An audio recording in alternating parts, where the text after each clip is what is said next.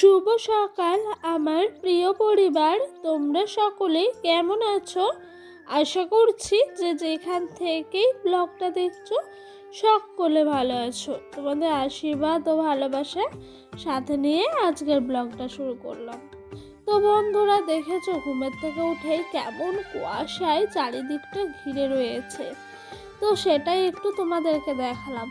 আর জানো তো বন্ধুরা, আজকে না আর কাজ বাজ নিয়ে ভিডিও শুরু করলাম না। আজ ভাবলাম যে যেদিন আমি প্রত্যেকটা দিন এই খাওয়া দাওয়াটা করি তোমাদের সঙ্গে শেয়ারই করতে পারি না, কারণ একদিকে চা খাই আর একদিকে সংসারের সমস্ত কাজ সামলাই। আজ ভাবলাম একটু বসে একটু রিল্যাক্স করে চা আর একটু মুড়ি খাই। তো এদিক দিয়ে আমি চা মুড়ি খাচ্ছিলাম, ওই দিক দিয়ে ডোডোর পাপা ডোডোকে নিয়ে চলে আসলো। আর তার সাথে সকালে ওর পাপা না কিছু খাবার এনে দিয়েছিল, একটা বিস্কিট আর তোমার হলো কেক। তো ডোডো সেটাই দেখাচ্ছিল খাবে। তো বন্ধুরা, সকালে একটু রিল্যাক্স করে খাওয়া দাওয়া শেষ করে এদিকে দেখেছো বড় একটা বাঁধাকপি নিয়েছে ডোডোর বাবা, বাড়ির থেকেই নিয়েছে জানো তো। তো বাঁধাকপি করব আজকে, আর বাড়িতে বেশ কিছু অতিথি এসছে, মানে ননদের ফুল ফ্যামিলিটা এসছে। তো সেই কারণে আরও তোড়জোড় রান্না বান্নার, আর সকালের দিকে তো একটু বেশি তোড়জোড় থাকে, তাই জানো তো এই সমস্ত কাজগুলো একটু তাড়াহুড়া করেই শুরু করছিলাম। তো ওই দিক দিয়ে বাঁধাকপিটা সুন্দর করে আমি জিরি করে কেটে নিচ্ছিলাম। আর জানো তো বন্ধুরা, আমার মনে হয় বাঁধাকপি যত জিরি করে কাটা হবে, বাঁধাকপি কিন্তু রান্নার পরে খেতে গিয়ে ততটাই টেস্ট হবে। তাই কিন্তু তোমার আস্তে আস্তে আমি ধীরে সুস্থ হলো বাঁধাকপিটা নিজেই কাটার চেষ্টা করি, আর নিজে কেটে নিজে রান্না করি। তো আমার মনে হয় যে আমার মতো আর বাঁধাকপি কেউ এত সুন্দর করে কাটতে পারবে না। একটু ধৈর্য নিয়ে কাজগুলো করছিলাম। তো এদিক দিয়ে দেখেছো আমার বাঁধাকপি কাটাটা শেষ পর্যায়ে চলে এসছে। আর গ্যাসের ওপরে যে হাঁড়ি, তারপর তোমার বাটি দেখতে পাচ্ছ তরকারির, এইগুলো না কালকেকার, মানে কালকে রাতে আর সবাই খায়নি, সেই কারণে কিন্তু রয়ে গেছিল। আর এই দিক দিয়ে আমি কাটাকুটি করতে বসিয়ে দিয়েছি, ওই দিক দিয়ে দেখলাম শাশুড়ি মা ভাতটা বসিয়ে দিয়েছে। কেন জানো তো, বেলাটা বেশ গড়িয়ে গেছে, এখন বাজে ঘড়ির কাঁটায় ঠিক 10টা। আজকে উঠেইছি দেরি করে জানো, দেরিতে ঘুম থেকে উঠেও কিন্তু ঠান্ডা মাথায় সংসারের সমস্ত কাজ সারলাম, তারপর কিন্তু রান্না বান্নাটাও সেরে নিচ্ছিলাম, মানে রান্নার যে ঝামেলাটা সেটা চুকিয়ে দেওয়ার চেষ্টা করছিলাম। ওদিক দিয়ে আমার সমস্ত সবজিগুলো কাটা হয়ে গেল, এদিক দিয়ে চলে আসলাম এই রান্নার জায়গাটা সুন্দর করে ঝাড় দিয়ে দিতে। আর সকালে এখানে সবাই চা মুড়ি খেয়েছে, তো তাই একটু চা মুড়িটাও পড়ে আছে, মানে চা নয় মুড়িটা পড়ে আছে, তাই কিন্তু একটু সুন্দর করে ঝাড় দিয়ে দিলাম। আর এই দিক থেকে যে আমি যাচ্ছি, কখন আসবো আমি নিজেও জানি না। এবার কিন্তু আমি একেবারে কোমরে গামছা বেঁধে নামার মতো নেমে পড়েছি রান্নার মধ্যে। তাই একটু যেদিকে যা করছিলাম একটু পরিপাটি করে রেখে চলে যাচ্ছিলাম। আর বন্ধুরা, তোমরা যারা যারা আমার ব্লগগুলো দেখে সুন্দর সুন্দর কমেন্ট করো, তোমাদের সবাইকে অসংখ্য ধন্যবাদ ও অনেক অনেক ভালোবাসা। তো ঘরটা তো ঝাড় দেওয়া হয়ে গেল, তারপর নোংরাটা নিয়ে এসে এদিক দিয়ে ফেলে দিচ্ছিলাম। এতক্ষণে ডোডো জানো তো সবাই এসছে তো বাড়িতে, তাই তাদের সঙ্গেই ব্যস্ত। কিছু কিছু সময় আমার কাছে আসছে থাকছে, আবার কিছু কিছু সময় তাদের সঙ্গে খেলাতেই মেতে রয়েছে।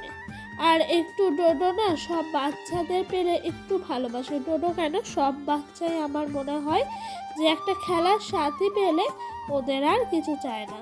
তো ওই যে বললাম না আমার ননদরা এসেছিল, তাই ননদের ছেলেটার সাথে কিন্তু সারাদিন ও খেলে বেড়াচ্ছিল। আর ডোডোর মধ্যে একটা কি আছে জানো তো বন্ধুরা, ও যেই জিনিসটা নেবে ওইটা না কাউকেও ধরতে দেবে না। অনেক কথাই বলে ফেললাম, আর তোমাদেরকে তো বললামই কোমরে গামছা বেঁধে রান্নায় নামার মতো। তো বাঁধাকপিটা বসিয়ে দিয়েছি মশলা কষিয়ে, আর একটু বেশি করেই ঝোলটা দিয়েছি, যাতে কি বলো তো বাঁধাকপিটা দেওয়ার পর নিচ দিয়ে যে জলটা থাকবে সেটা বেরিয়ে যাবে, আর বাঁধাকপিটা না তোমার কি হবে, লেগে যাবে না। সেই কারণে কিন্তু আর একটু জলটা বেশি দিয়েছি। আর দেখেছো বাঁধাকপিটা যখন কাটলাম এই যে কড়াইয়ে দেওয়ার পর কতটা বাঁধাকপি, কিন্তু এটা না একটা সময় ঠিকভাবে মজে একেবারে একটুখানি হয়ে যাবে।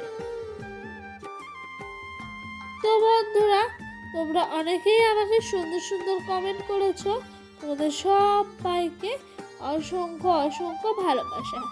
আর আজকে কিন্তু আমি একেবারে যেন পাতার জালে রান্নাটা করেছিলাম। এদিক দিয়ে মাংস আনলো ডোডোর পাপা কিনে 1.5 কেজি মতো, তো সেগুলোকে ধুয়ে বেছে একেবারে পরিপাটি করে রেখেছি। আর এই দিক দিয়ে কিছুটা টমেটো কেটে রেখেছি। পাতার জালে রান্না দেখেছো, দাও দাও করে আগুন জ্বলে উঠেছে।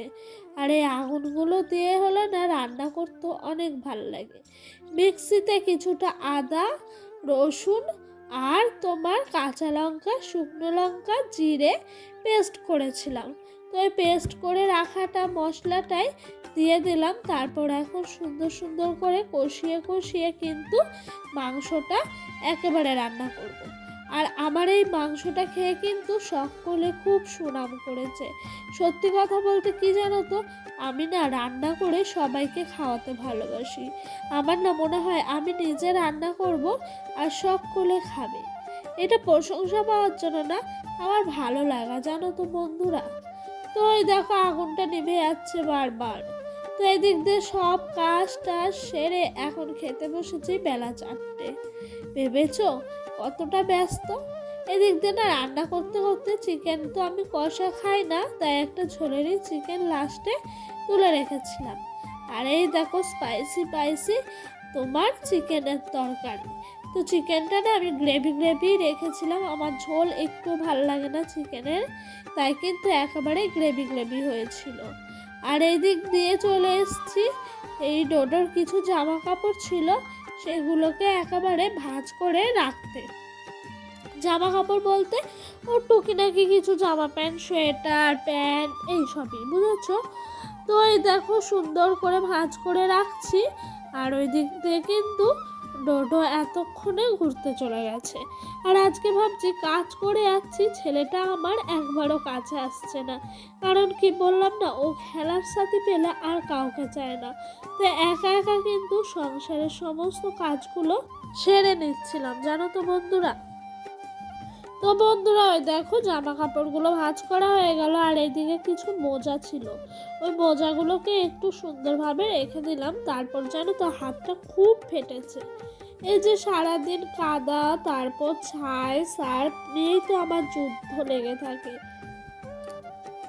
তাই জানো তো শীত এলে একটু হাতগুলো টান টান ধরে ফাটা শুরু হয়। তো একটু বোরোলিন দিয়ে দিলাম, মানে ভেসলিন, সরি বোরোলিন না। তো ওইদিকে একটু রেস্ট করার পর আবার লেগে পড়লাম রাতে পিঠা খাওয়ার জন্য। আর বাড়িতে যদি অতিথি আসে একটু তো ব্যস্ত হয়ে পড়তেই হয়। তো এইদিকে পিঠা বলতে চুষি পিঠা করছিলাম। আর এই পিঠাটা করতে না আমার সত্যি অনেক অনেক ভালো লাগে। আমার মা যখন মানে বিয়ের আগে করতো, মায়ের সাথে বসে বসে আমি করার চেষ্টা করতাম। আর আমার জানো তো নতুন নতুন কাজ করতে না খুবই ভালো লাগে। যেরকম নতুন নতুন কোনো খাবার যদি পাওয়া যায় খেতেও ভালো লাগে, তেমনি কাজও করতে ভালো লাগে। তাই কিন্তু আমার মায়ের কাছ থেকে ভালো করে পিঠা বানানোটা শিখে এসেছিলাম। তাই হাতে করে নিয়ে নিয়েই সরু চকুলিগুলো করে নিচ্ছিলাম। আর তোমরা কে কে এভাবে পিঠের করো একটু কমেন্ট করে জানিও তো বন্ধুরা। আর বন্ধুরা তোমরা যারা যারা আমার ভিডিওটা এখনো দেখছো, তোমাদের অসংখ্য অসংখ্য ধন্যবাদ। তো এই দেখো এদিক দিয়ে সরাটা ভালো করে মুছে নিলাম, মুছে নিয়ে কিন্তু ওই ব্যাটারটা দিয়ে দিচ্ছি। আর এটা কিন্তু করব সরা পিঠে। জানি না কেমন হবে, কিন্তু মনে হয় সুন্দরই হবে। আর সরা পিঠা করতে না খুবই ভালো লাগে, যেন হালকা হালকা আঁচের মধ্যে সুন্দর করে একটা পিঠে। আর এই পিঠেটা খেতেও কিন্তু খুবই সুন্দর লাগে, বিশেষ করে গরম গরম যখন থাকে তখন তো আরও ভালো লাগে। এই দেখো, এই দিক দিয়ে আমার পিঠে হয়ে গেছে, আর ওই দিক দিয়ে কিন্তু আর একটুখানি ছিল ব্যাটার, এটাও দিয়ে দেবো। আর ভিডিওটা আজকে একটু লাস্টে শুরু করলাম, কারণ কি জানো তো, ডোডোকে সারাদিন পাইনি তো, ও একটু মাম্মামের কাছে আবদার করেছিল মোবাইলটা নেবে, তাই ওকে মোবাইলটা দিয়েই রেখে দিয়েছিলাম। আমি কিন্তু পিঠেগুলো সব ভেজে নিলাম। আর এদিক দিয়ে দেখেছো আমার বরমশাই ভিডিও করছে আর বলছে একটা স্মাইল দাও, তাই স্মাইল দিলাম। আর বন্ধুরা, একটা দিদিভাই আমাকে কমেন্ট করেছে, অনেক অনেক ভালোবাসা প্রিয় তোমাকে, তোমার স্ট্যান্ড আমাকে দেখালে। আমি হুগলি জেলা থেকে সেলাই মেশিনে কাজ করতে করতে তোমার ব্লগগুলো দেখি। প্রতিদিন কমেন্ট করতে পারি না, কিন্তু আমার খুব ভালো লাগে তোমার ব্লগগুলো। তো দিদিভাই, তোমাকে অসংখ্য অসংখ্য ভালোবাসা গো। তুমি যে রোজ সেলাই মেশিন থেকে মানে কাজ করতে করতে আমার ব্লগগুলো দেখে নাও, হাজারো ব্যস্ততার মধ্যেও কিন্তু তুমি আমার ব্লগটা দেখো, সেটা ভেবেই অনেক ভালো লাগলো। আর এভাবেই পাশে থেকে যেও। ওদিক দিয়ে পিঠেগুলো হয়ে গেছে, তোমাদেরকে একটু দেখিয়ে দিলাম সরা পিঠেগুলো। তো বন্ধুরা, ভিডিওটা আজকে এই পর্যন্তই রাখলাম। যদি ভালো লাগে অবশ্যই লাইক কমেন্ট করো, আর যদি ভিডিওটা আরও ভালো লেগে থাকে চ্যানেলটি সাবস্ক্রাইব করে ছোট্ট চ্যানেলের পাশে বন্ধু হয়ে কিন্তু থেকে